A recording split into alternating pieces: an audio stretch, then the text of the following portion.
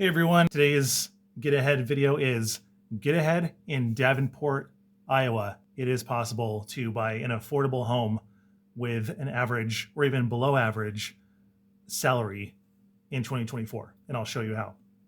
Never overpay. That is the mortal sin for buying a home.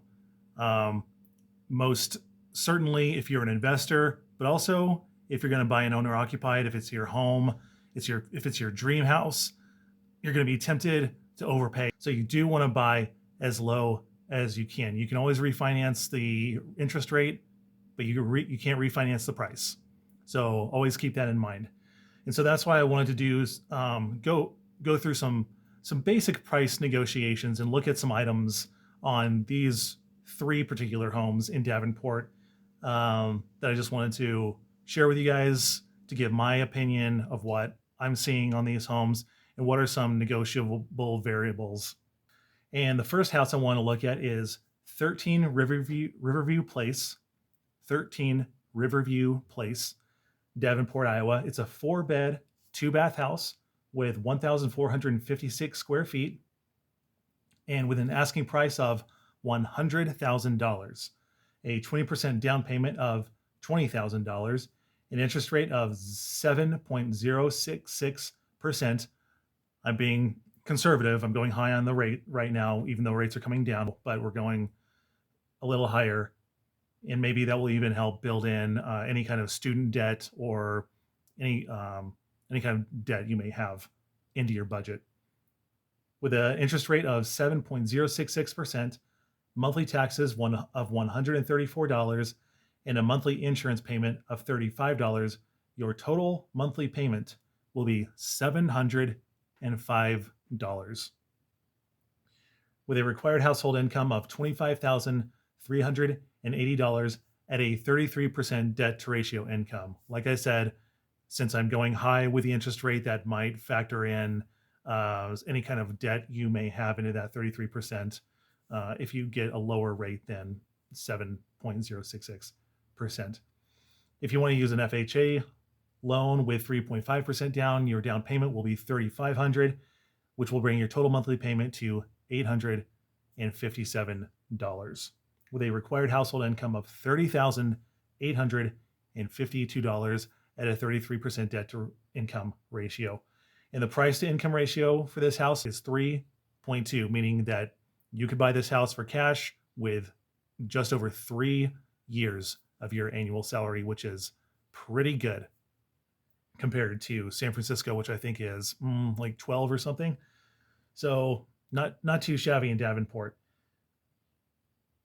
Some things that I saw on the transaction history for this house is that the seller listed the house on April 23rd of last year, that was 2023, for $120,000, raised the price to $145,000. So they raised it $25,000 on June 26th of that year. So 2 months later, they raised it $25,000. They were feeling pretty confident last year in 2023, and then they dropped it $45,000 on June of this year. So it's only about 3 months ago. We're in September right now. They dropped it $45,000 to $100,000. So it's being asked $20,000 less than their original listing price in April of 2023. So you can tell that they're motivated. These sellers seem motivated. It's been on the market for 16 months. It does look well taken care of. It presents well. The pictures are really nice. It looks well taken care of. The furnace was replaced in 2023, but we don't know the age of the other systems. And that's a red flag, because if they don't tell you that the other systems were replaced, they're old and they're ready to be replaced. So that definitely leaves some room for negotiation. This house was bought for $49,000 in 2020. That was 4 years ago. So what I would want to know is, what is the balance remaining on the mortgage? And to do that, go to PropStream. This is an unpaid plug for PropStream. I plug them on probably every video that I make because it's so awesome. It's such a powerful software. You can find almost everything you want to know about the mortgage and some things about the seller that the seller probably wouldn't want you to know about them, which gives you the advantage. So I would want to know if the house is paid off, if the mortgage is paid off. If so, their profit is 100%, and they definitely have some room for negotiation. They probably don't want to sell at a loss, so they're not going to go under 49,000 clearly, but there there is some margin on this house. But if they did pay cash, they paid 49,000, and they're asking 100,000 for it. There's 51,000 in equity. But if they dropped $5,000 on a new furnace because they just replaced the furnace in 2023, $5,000 on that, and another 5,000 on any cosmetic improvements, which it looks like they did because this house presents really, really well.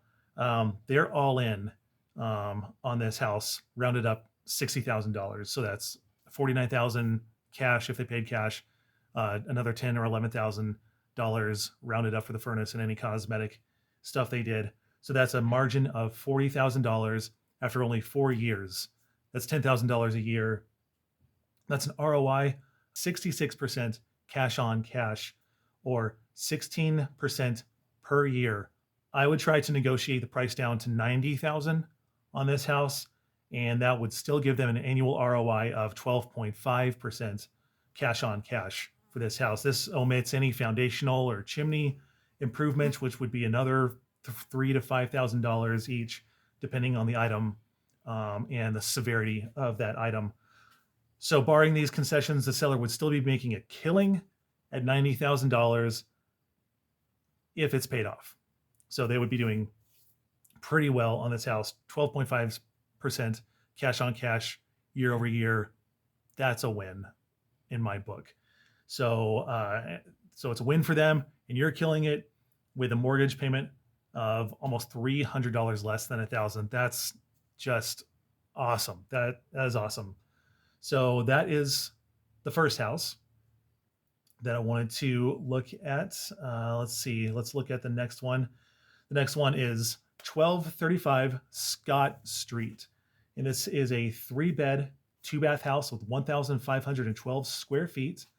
And with an asking price of $125,000, a 20% down payment of $25,000, an interest rate of 7.066%, monthly taxes of $168, and a monthly insurance payment of $44, your total monthly payment for this house is $882, with a required household income of $31,752 at a 33% debt to income ratio. With an FHA loan and 3.5% down, your down payment will be $4,375 with a monthly payment of $1,072. That's with a 33% debt to income ratio and a household required income of $38,592. The price to income ratio on this house is the same as the last, 3.2. It looks like Davenport is a 3.2 PIR town. And this house was bought in December of 2018 for $100,000. There may not be a whole lot of room for negotiation on the price unless the buyer is really motivated, because if they bought it for $100,000 and they're only asking $25,000 more for it, it's a 3% appreciation, which is completely normal. Actually, that's reasonable. I still would go to PropStream for the mortgage data on this. I want to know how much they have left on the mortgage, what the balance is, and what their profit margin is. It may influence whether I want to negotiate down, and if there are any necessary negotiations that need to happen, if there are any kind of foundational issues, any kind of cracks going on like that, any sagging in the floor. Those are legitimate items to negotiate on for any house. So I'd want to know what their true margin is. You would also have to consider that they'll have to pay realtor fees, and 3% of $125,000 is $3,750, bringing their net profit to $121,285. So that gives them 3% a year. If they only put 20,000 down, their year over year ROI at closing would be 16.66%. They will have completely made their down payment back plus any equity after making payments to the principal. And from the pictures of this house, it looks like they have new flooring, good drywall, new paint, good bathroom fixtures, an updated kitchen, new carpet, and there are no signs of water damage from the pictures that I can see. But if there are no foundational issues and it's a solid house with good bones, this may be the right price. Occasionally, houses are priced correctly right out of the gate. 125,000 might be the right price for this house. The third house and final house I want to look at is 2617 West 58th Street, and it is a 3-bed, 2-bath house with 1,288 square feet.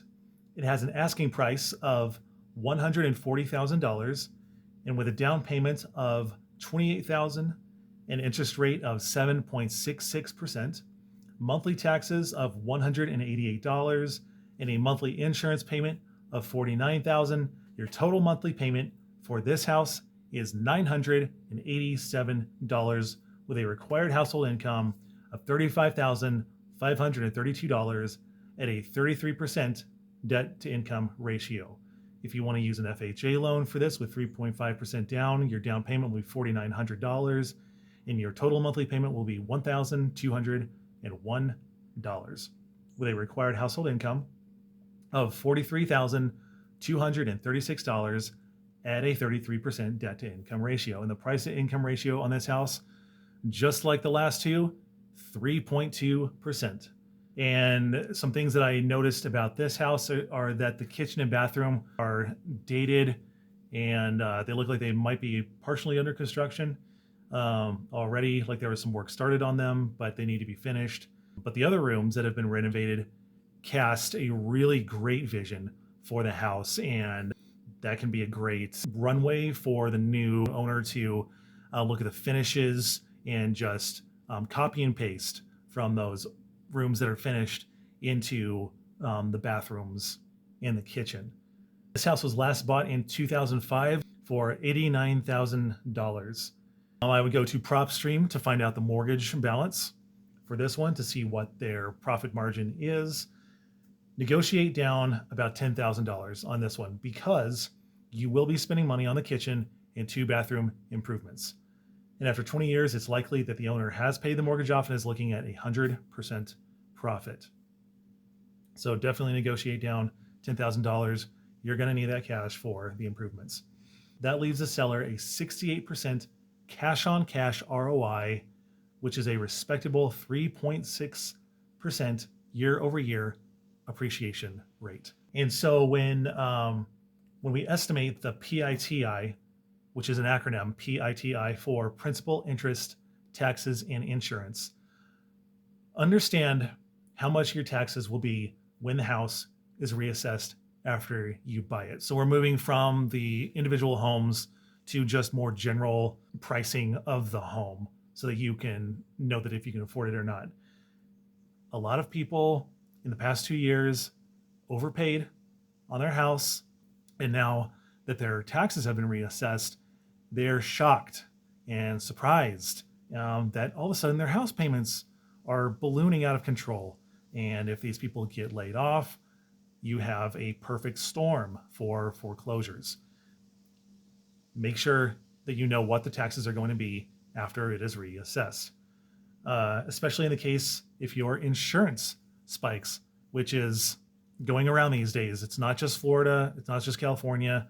The whole Gulf states are susceptible to these insurance spikes, and insurance companies will be coming to your doorstep and knocking on your door and asking you for a premium raise to hedge their bets against all those coastal cities that are getting hit. So it's not impossible that your insurance will go up, even if you're in the middle of the country.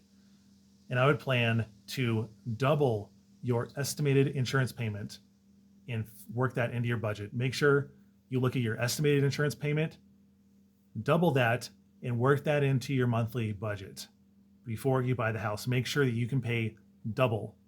I'm not saying it will double, but as the saying goes, the worst kind of house is the one that won't let you sleep at night. So make sure that you have those price increases in insurance and taxes priced in to your budget. So that's about it, guys, that I have for this video today. Getting ahead in Davenport, Iowa is absolutely possible. Don't listen to those naysayers. Yes, the economy is not good right now, but if you have a skill that can be moved to one of these highly affordable, low cost of living areas, if you can transplant yourself there, and if you want to own a home for your family or for yourself, if you're a single person and just want to build equity and you want to have a yard, you want to have a garden, you want to have neighbors, that kind of suburban life, then these homes and these jobs in these markets that I'm profiling are for you. You live the lifestyle that you want to live. And if the lifestyle that I present on these is that lifestyle for you, then I'm happy that you're enjoying these videos and you're the person that I'm doing these for. So thanks again for watching. Remember to like, subscribe, comment below, comment below, and don't give up when you can get ahead.